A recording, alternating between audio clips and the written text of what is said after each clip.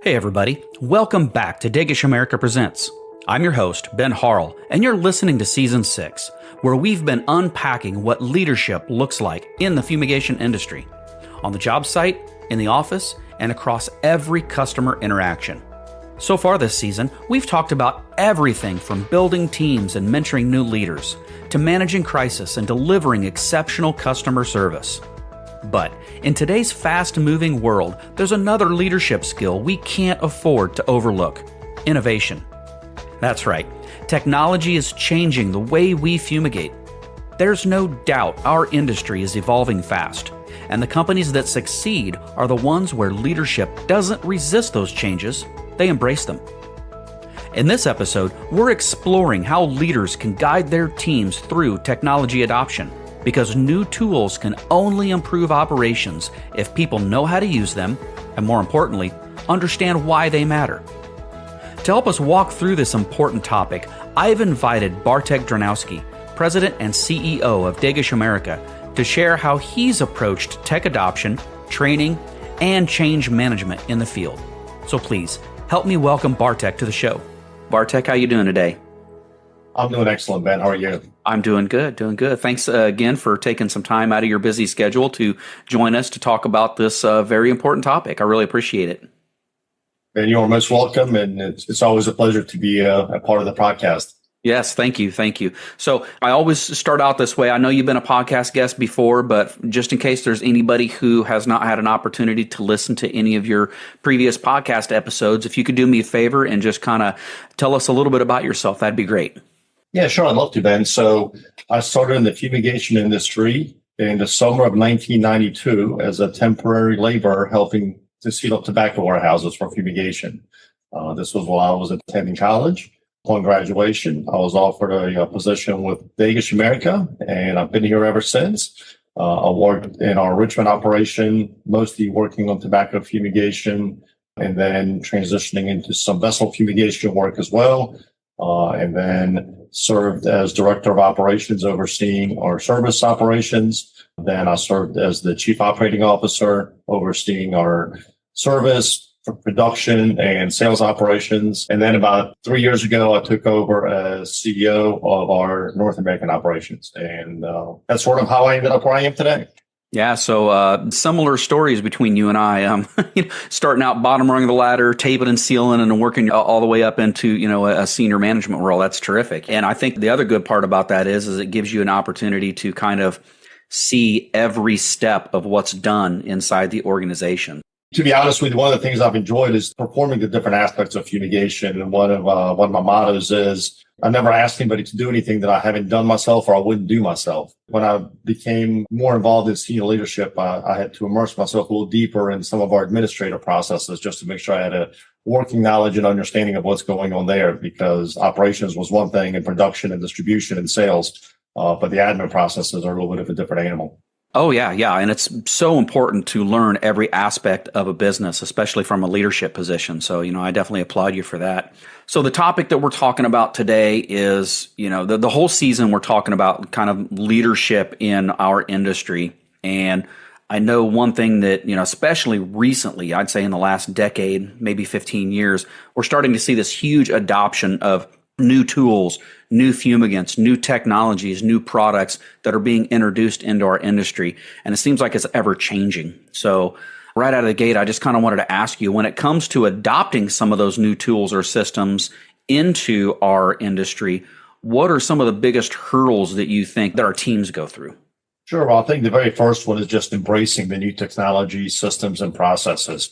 You have to approach today's world with a very open mind and a very open perspective as to what else is out there and how can we leverage this to make our organization or processes or people better than they were yesterday. Not everything works, and not everything works equally as well, and not everything fits into every organization the same way as it may into another organization. But keeping your eyes peeled and making sure that you're vigilant of what is out there and what can be used to make your processes better. Obviously, people are very often resistant to change, and that's usually where most of the friction comes in, is with adaptation of change. So in order to overcome some of that, I think some of the things necessary would be real clarity of purpose.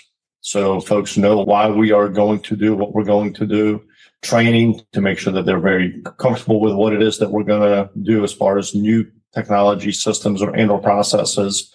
Make sure we review what the new workflow adaptation will look like. And oftentimes, one of the hurdles for the teams is the perception of increased workload. So anything new obviously will not be approached with the same efficiencies as something that a team member may have been doing for 5, 10, 15, 20 years. So initially, it may seem like additional workload, but as they become more proficient and more expert in a process or the system or the technology, the idea is to obviously decrease workload, not increase workload. And it's also important to make sure to have leadership buy-in at all levels. If somebody doesn't believe that the processes or the improvement is actually going to help, then it's difficult to be convincing with it. Yeah, I definitely agree with you on that. I think that's a key critical point. It's really hard to teach somebody something or to have an expectation that they're going to adopt a new technology or service or system if you yourself aren't sure if you buy into it.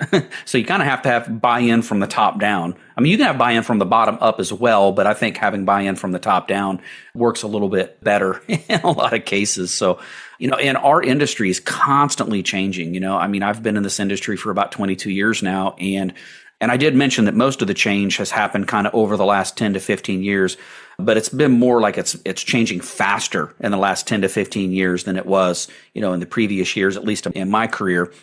So it just seems like everything's moving much, much faster. And I think sometimes people can feel like maybe they're getting overwhelmed with the amount of change, and not just internally from like the internal organization, but it's overwhelming when you're in the industry and you see all this change happening. Not, like I said, not just with your organization, but with other organizations as well.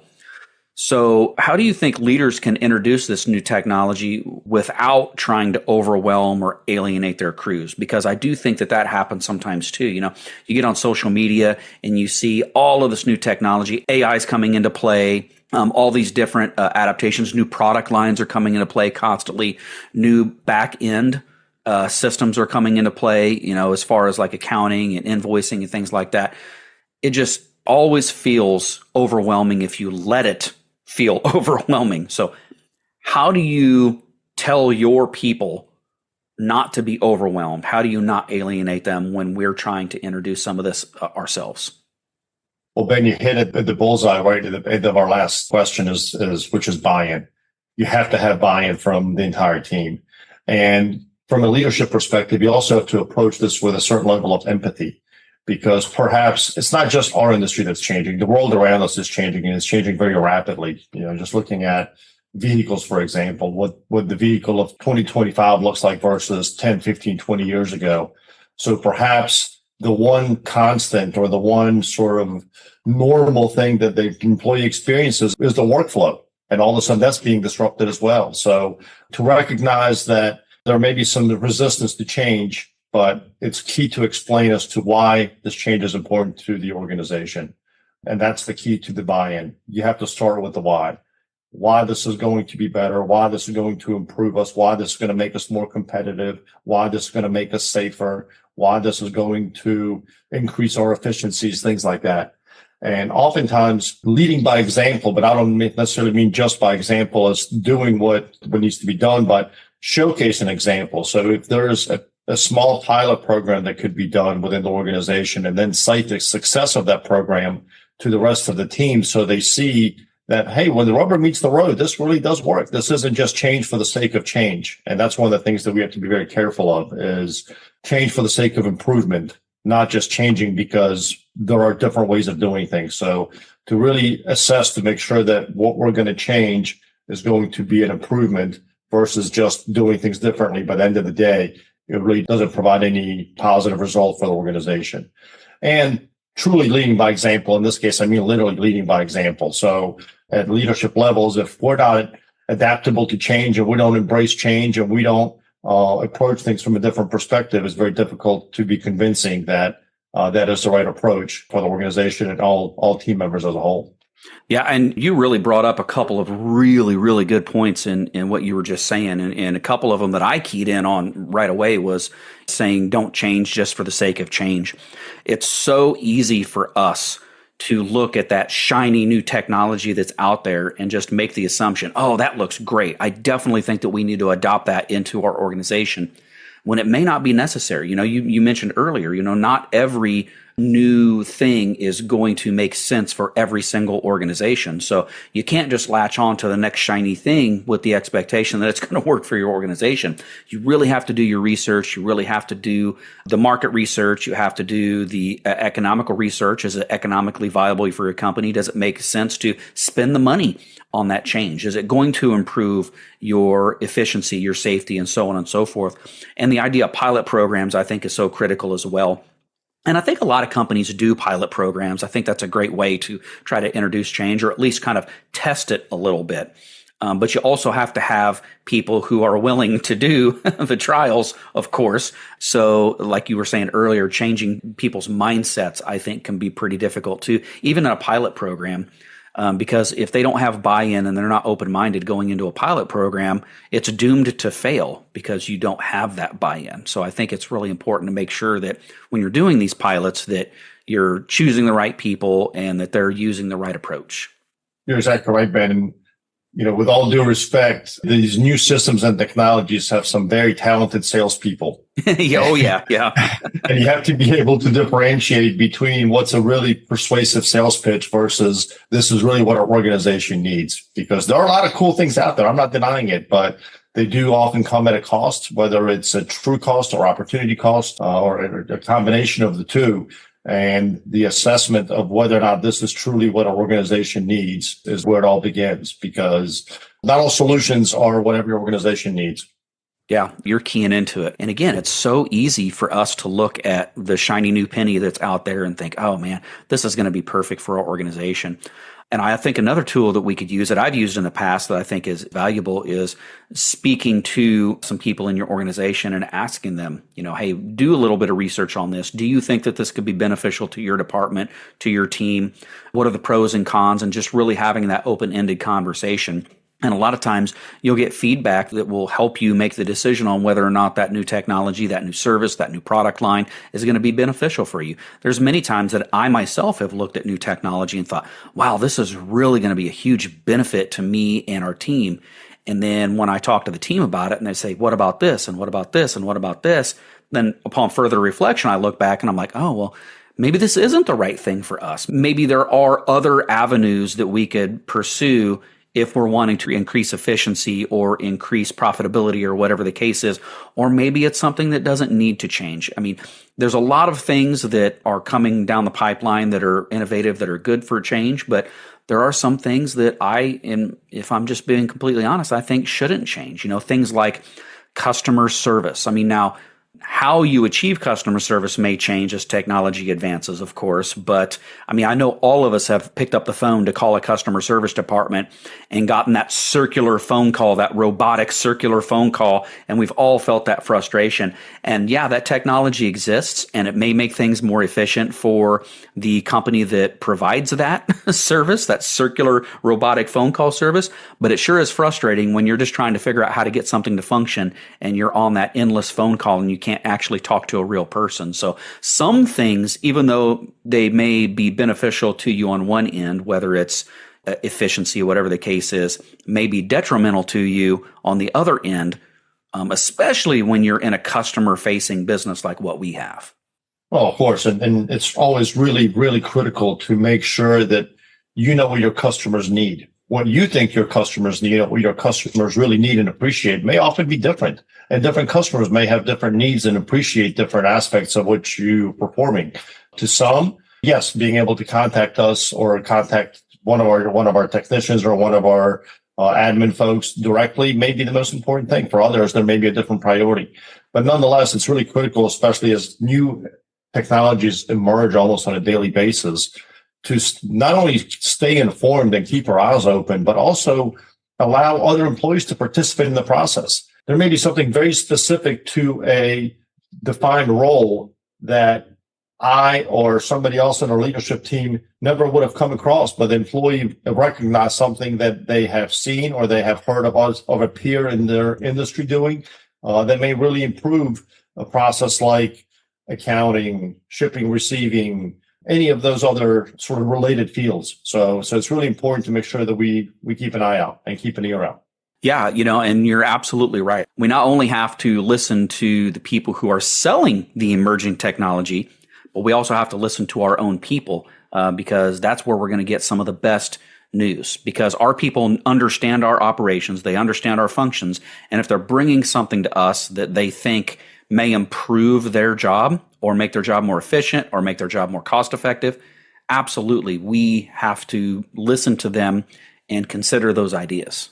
You're absolutely right. Right. They may be the ones that are the best equipped to quickly recognize process gaps or pain points in the current process. So if there's a solution, then we should definitely keep an eye out and be open to those types of suggestions. Yeah. So we know the technology is changing. We know there's new products coming down the line. We know that there are all kinds of innovations happening.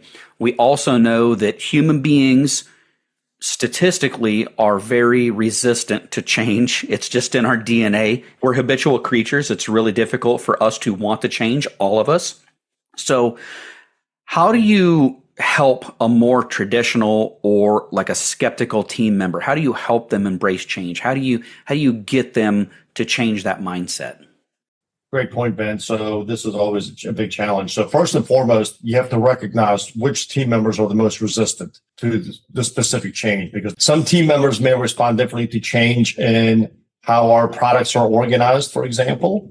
Some team members may respond differently to how electronics and technology play a role in our daily operations. So you have to recognize which team members are going to be the most resistant to that kind of change, and they may require a different approach. So certain team members for certain programs may require a more refined approach to make sure that you have buy-in from them as well.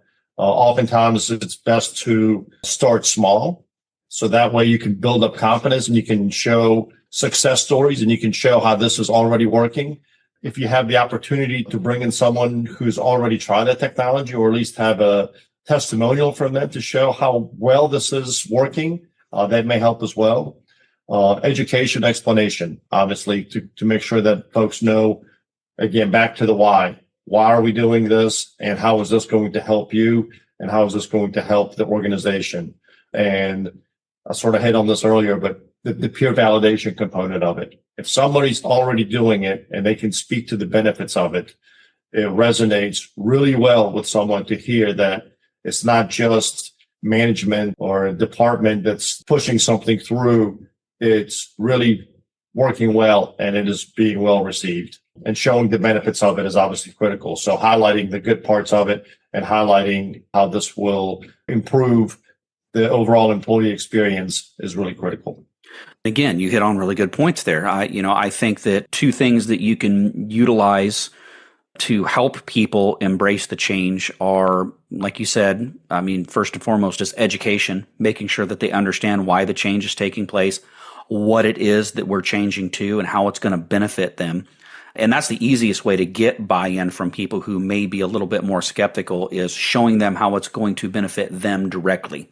I think that really works very well. And then also just open-ended communication, asking them questions. Why are you resistant to this? What do you think it is about this new technology or this new product line that's going to maybe not be successful or make your job more difficult? And ask those questions.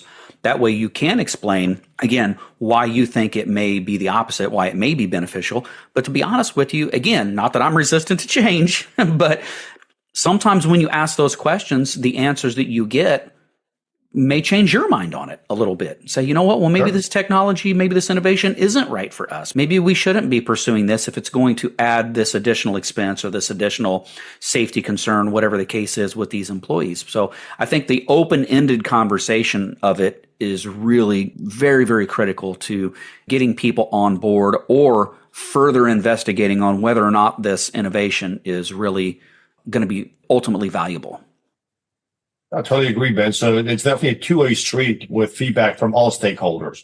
You have to be able to communicate and get feedback back as the systems and process are being implemented. Now, there's a very fine line of receiving feedback, processing feedback, and getting to an analysis paralysis stage where things just don't move forward because you're constantly, a lot of people have a lot of great ideas, but at the end of the day, you need to sort of focus on what is mission critical and what are the other features that are sort of what I call wouldn't it be cool if, and what is the priority and what needs to be done first.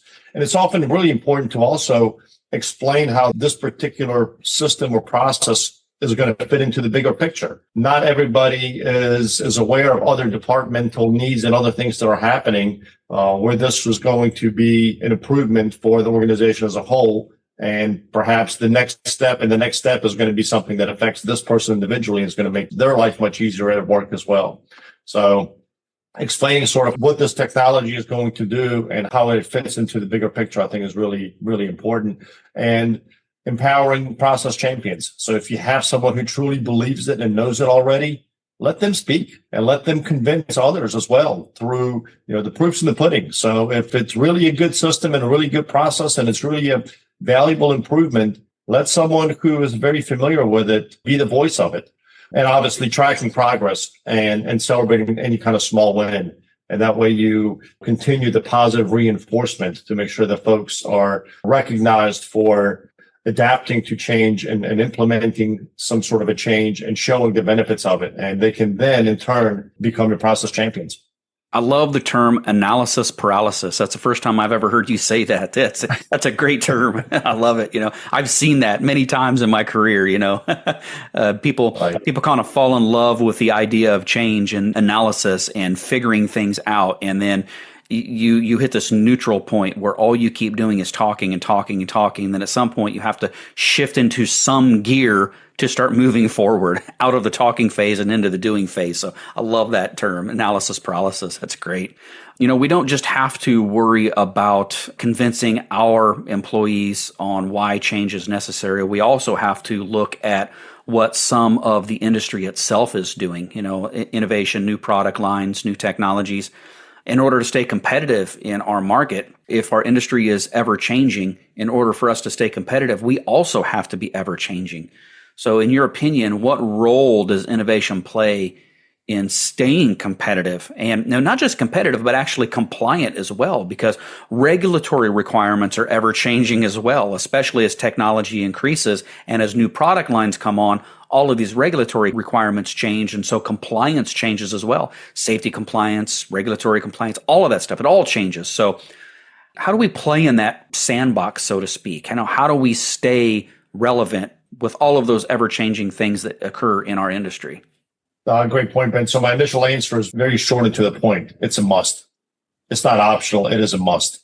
And next one I'm going to say is something you have heard me say before, and that is if you're not moving forward, you're falling behind. Yes. Because the world around us is moving forward. Our competitors are moving forward. The markets are moving forward. Technology is moving forward. Compliance requirements are moving forward. And if you're not at the leading edge, that means you're falling behind. And it is then very difficult to play catch up. And you're just sort of looking over everybody else's shoulder versus being a leader. And we at the Dagish Group and Dagish America, Dagish Canada, we pride ourselves on being industry leaders. So it is not just our corporate mantra, but it is also part of our culture is that we look for ways to being leaders and we look for ways of defining what the industry standard will be in the future as we move forward. And speaking of that, you were talking about looking forward and moving forward. You have an analogy that I've heard you say several times, and I don't want to steal your thunder. I want to give you the option to say it yourself, but I've heard you say it in several meetings talking about driving down the road and looking through the rearview mirror, that analogy.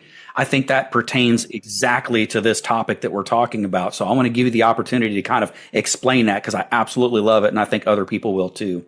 For sure. So just sort of set the stage. It's a very simple photograph taken from inside of a vehicle, looking through the windshield as the vehicle is driving through probably the landscape of something in the Midwest of the U.S. So you have a fairly large perspective ahead of you, and a small percentage of that perspective is taken up by the rearview mirror. And for me, it sort of symbolizes the need to look forward and how much percentage of your vision needs to be dedicated to looking forward. But you also periodically need to look back to learn from lessons that worked well, things that didn't work well. Part of being an innovator is accepting a level of risk. Not everything works and not everything is going to work out the way you were hoping it would. But as leaders, it is our charge to analyze this risk and see which road we should take, as well, whether we should go left or right or stay straight.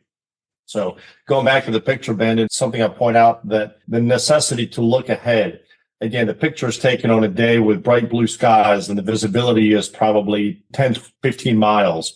But that's not how our world works every day. There are days when it's cloudy. There are days when it's foggy. There are days when it's raining. And using the same analogy, sometimes our perspective may only be a mile or a quarter mile. So knowing that the weather may be different at different times, we need to adapt to make sure that we stay in control, because on a cloudy day or a foggy day, you really need to look a little closer and take advantage of days when it's clear and look as far ahead as possible.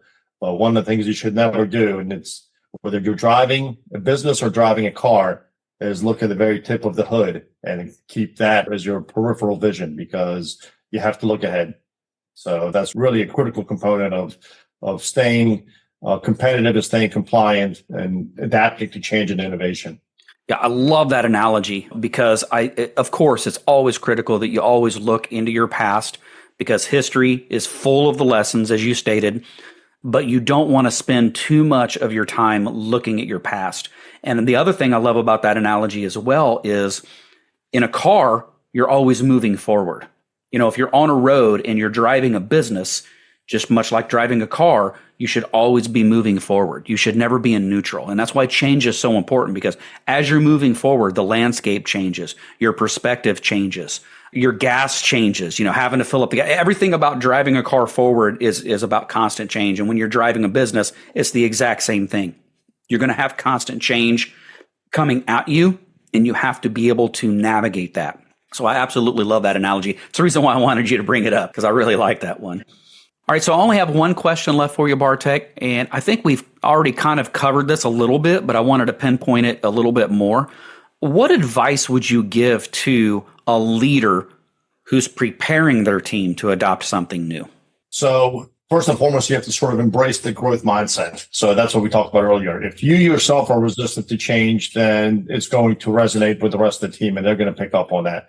And again, filtering through what really is going to work and it's not going to work for the organization in your best opinion, listening to feedback from the team at large and your leadership team as well.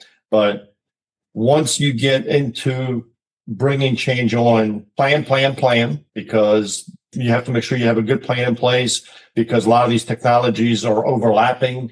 There may be some redundancy in technology. So make sure that you're looking at the big picture of which way the organization is heading and what is really critical. And then after that, the next three big things are communicate, and communicate. Right, yeah. Everybody has to know what's going on to the best of your abilities, why it's happening. You know, going back to the why, you have to be clear with what you're doing. You have to sort of outline the goal of what this is going to accomplish. So the focus isn't necessarily just on the process, but on the result of the process, because that's really important to see the benefit of what this effort is going to generate. Most change is going to require stepping out of comfort zones, doing additional tasks, perhaps being involved in two different simultaneous processes, as one is being sunset and the other one is being brought online. So recognizing the team's additional efforts for some of this is also really important, to make sure that you acknowledge the fact that there may be some additional angst as part of the growth process, but making sure that the goals are clear and the benefits are clearly stated so that everybody involved sees what the end game is and what the benefit is going to be when you finally get through the full implementation. I couldn't have said it better myself. That's great. I agree with you 100%. Especially with, like we mentioned several times earlier, the open communication, listening, making sure that you are giving clear direction, that they understand why we're changing, that you're making it very clear that if they are doing dual purpose, like you said, as we're sunsetting one method and then bringing another method on board, that's a temporary thing, that once the new system has been adopted, that things will go maybe not back to normal or what they used to be, but things will become easier. And hopefully, if the innovation is correct, even easier than it was prior to the beginning of the innovation. So I think. Well, that's exactly right. Then this goes back to the change for the sake of change. You should be very cautious not to change just because things can be done differently, but really identify the benefit of the change. Yeah, change for the sake of change can be a recipe for disaster. Like I was saying earlier, you don't want to grab onto that new bright, shiny thing just because it looks like it's interesting. It has to make sense for the company. It has to make sense for the organization. And it has to make fiscal sense. It has to make sense from a safety perspective. And you have to be able to justify it. We all have somebody that we're accountable toward. So we have to make sure that any change that we're adopting makes sense, not just to the people who are going to be implementing the change, but the people that we answer to as well. All right. Awesome. Well, Bartek, thanks again for a great discussion here. As always, I learn a lot, so I really appreciate it. And thanks. Ben, you are most welcome. It's an honor to be part of another Degish America Presents. And good luck with the rest of the podcast season. Thank you. I appreciate it. Thanks again to Bartek for another great discussion. As we've heard today, innovation doesn't mean replacing people. It means empowering them with better tools, more data, and new ways to succeed. But that only works when leadership is willing to invest in learning, training, and guiding the change. On our next and final episode of Season 6, we'll be covering a topic not often discussed: the challenges that women face as leaders in our industry. Until then, if you have a question or topic for us, please reach out to us at podcast@degishamerica.com, or you can connect with us on your favorite social media platform. I'm Ben Harrell. Thanks for tuning in, and stay safe.